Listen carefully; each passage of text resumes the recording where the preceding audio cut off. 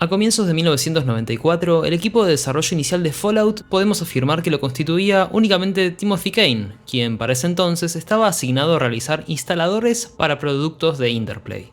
Eventualmente descubrió patrones en su labor y construyó un instalador de instaladores. Con el tiempo libre que esto le generó, comenzó el desarrollo de un engine voxel y de un lento engine 3D con rendering por software. Ante las limitaciones técnicas con las que se encontró, volvió a los ya asentados sprites 2D y con ellos comenzó a montar un juego isométrico. Asimismo, a raíz de estar jugando el juego de rol de mesa GURPS, Tim creó algunas herramientas para dicho sistema, como un generador de personajes modular, el cual combinaría con el juego que estaba desarrollando. Durante los primeros 6 meses trabajó solo, y en los siguientes 6 meses se añadieron al proyecto un artista y un scripter, Jason Anderson y Jason Taylor respectivamente. De allí que lo llamaran el equipo de Tim and the Jasons. Eran los únicos asignados oficialmente. Kane no tenía permitido incorporar formalmente gente por su propia cuenta al proyecto, por lo cual convocaba a otros empleados a compartir pizza fuera del horario laboral en la sala de conferencias. Poco a poco, algunos colegas comenzaron a sumarse y a aportar ideas que ayudarían a moldear la identidad del juego. Si bien inicialmente se planteaban construir una fantasía medieval clásica de caballeros y dragones, e incluso realizaron unos primeros assets que apuntaban a ese género, la idea rápidamente fue descartada dada la saturación de la temática en el mercado. Entre septiembre y octubre del 94 comenzaron a discutirse conceptos de ciencia ficción como viajes espaciales, viajes en el tiempo y dinosaurios alrededor de un guión bastante bizarro. A pesar de que la historia terminó siendo muy distinta, este enfoque de gracia e ingenio en un juego flexible y reactivo a la libertad del personaje sería una patente del mundo de Fallout que contrarrestaría la sombría realidad post-apocalíptica que nos presenta. Otra idea barajada fue la de una invasión alienígena en una tierra futurística destruida, con los restos supervivientes de la humanidad escondidos en refugios subterráneos. Los extraterrestres fueron descartados, pero aquí comenzó a gestarse la idea fundacional de los refugios. El ya mencionado Jason D. Anderson y su colega artista Leonard Boyarsky eran parte de estas reuniones, y como fanáticos declarados de Mad Max 2 Road Warrior, tenían clara la dirección que pretendían de la ambientación. A raíz de esto y de que próximamente habría un lanzamiento de GURPS Survival post-apocalíptico, comenzó a barajarse la idea de trabajar sobre una secuela de Wasteland, traduciéndolo en un GURPS Wasteland. La licencia no se pudo obtener de las manos de Electronic Arts, pero esto no alteró la producción. No hubo grandes inconvenientes porque a esta altura el proyecto ya había rápidamente divergido con su propio estilo post-apocalíptico retrofuturista anclado en cómo los años 50 visionaban un futuro sin transistores, estilo surgido a partir de una epifanía que Boyarsky tuvo mientras manejaba en el largo trayecto que separaba su hogar y el trabajo. El arte se enfocó en ese carácter, otorgándole una marcada identidad al diseño de robots, computadoras y máquinas dentro de la ficción del juego, con una clara inspiración en Robbie the Robot de Forbidden Planets. Desde la interfaz hasta en el propio manual físico, se perseguía la visión de que cada aspecto del juego se sintiera como una parte auténtica del mundo de Fallout.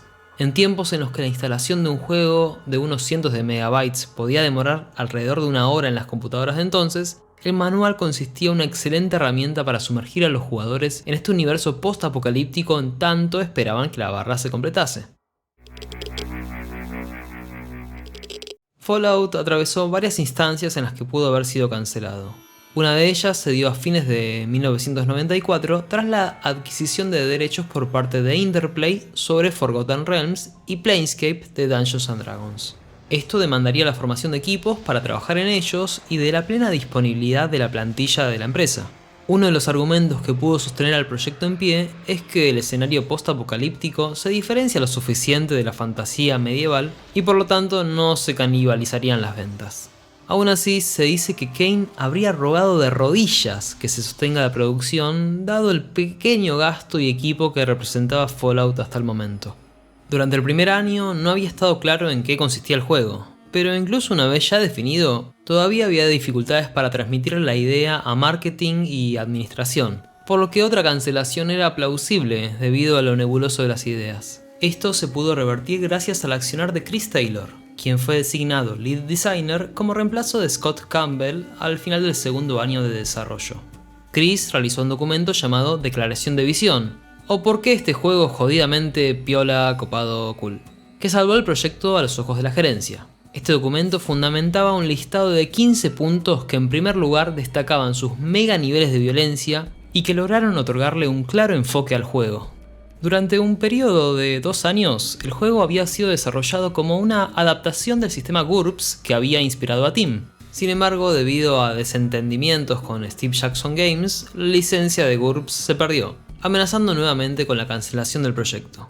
Los desacuerdos principalmente se basaban en la ultraviolencia y la inclusión de la mascota Bold Boy, la cual ironiza a los típicos personajes sonrientes presentes en manuales de la Guerra Fría que demostraban los procedimientos protocolares a realizar frente a una catástrofe nuclear.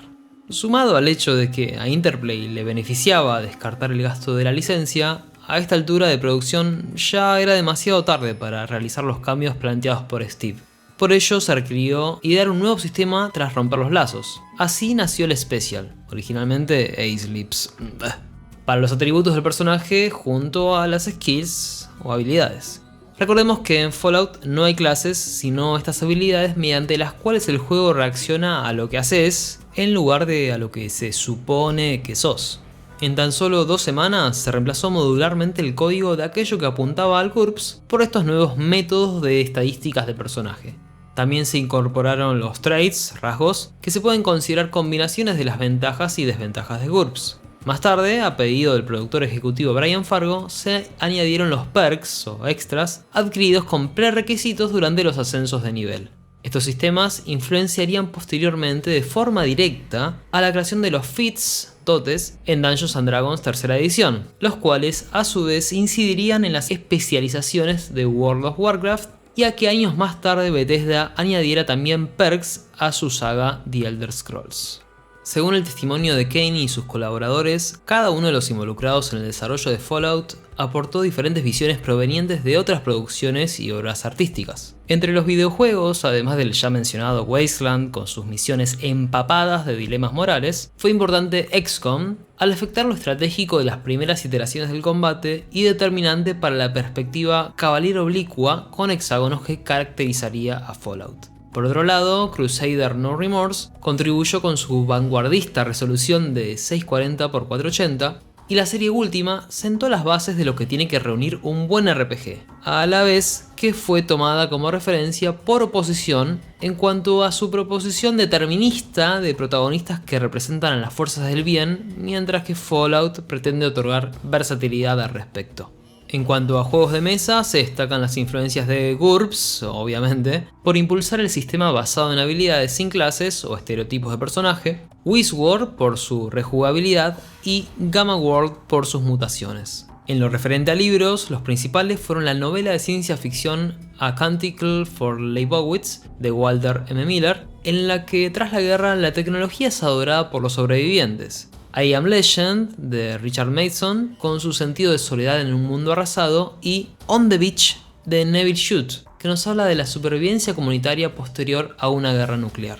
Además de las previamente citadas Mad Max 2, Road Warrior y Forbidden Planet, otras películas influyentes han sido A Boy and His Dog, que explora las mutaciones y los refugios subterráneos, The Day After, que demuestra lo rápido que colapsa la civilización tras la caída de las bombas nucleares, The City of Lost Children, cuyas visuales steampunk inspiraron el arte, especialmente de las Power Armor y la tecnología, y el corto de estilo diaporama La Jetée, que refleja el intento de los remanentes de la civilización por restaurarse después de un terrible desastre mundial.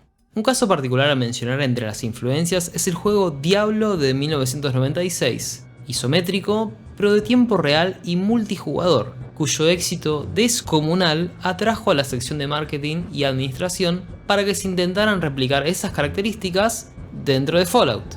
A pesar de que el juego de Interplay llevaba más de 2 años y medio de desarrollo con otra direccionalidad, se comenzaron a realizar constantes reuniones para presionar a Tim a implementar el estilo Diablo, ante lo cual, cansado, finalmente aceptó. La cuestión es que, siguiendo el consejo del asistente de producción Fred Hatch, adjuntó estudios de factibilidad que demostraban que se añadirían al menos 2 años más de desarrollo, se requerirían algunos millones de dólares extra de presupuesto y habría que contratar más personal, con lo cual consiguió a fin de cuentas que la administración desistiera con la endiablización de Fallout. Hey, muchas gracias por mirar esto que digamos que es la parte 2. Ya sé que dije que el anterior fue el capítulo 0, pero muy confuso me parece. El anterior fue el capítulo 0/1. Este fue el 2. Así que gracias por mirarlo. Si te copó, dale like, suscríbete, a ver si llegamos a los 200 suscriptores con este video, tal vez, en una de esas. Compartilo, eso sí, con gente que le pueda interesar la historia de Fallout. Y nos vemos la semana que viene, que vamos a subir la parte 3 de número 5. Gracias, saludos.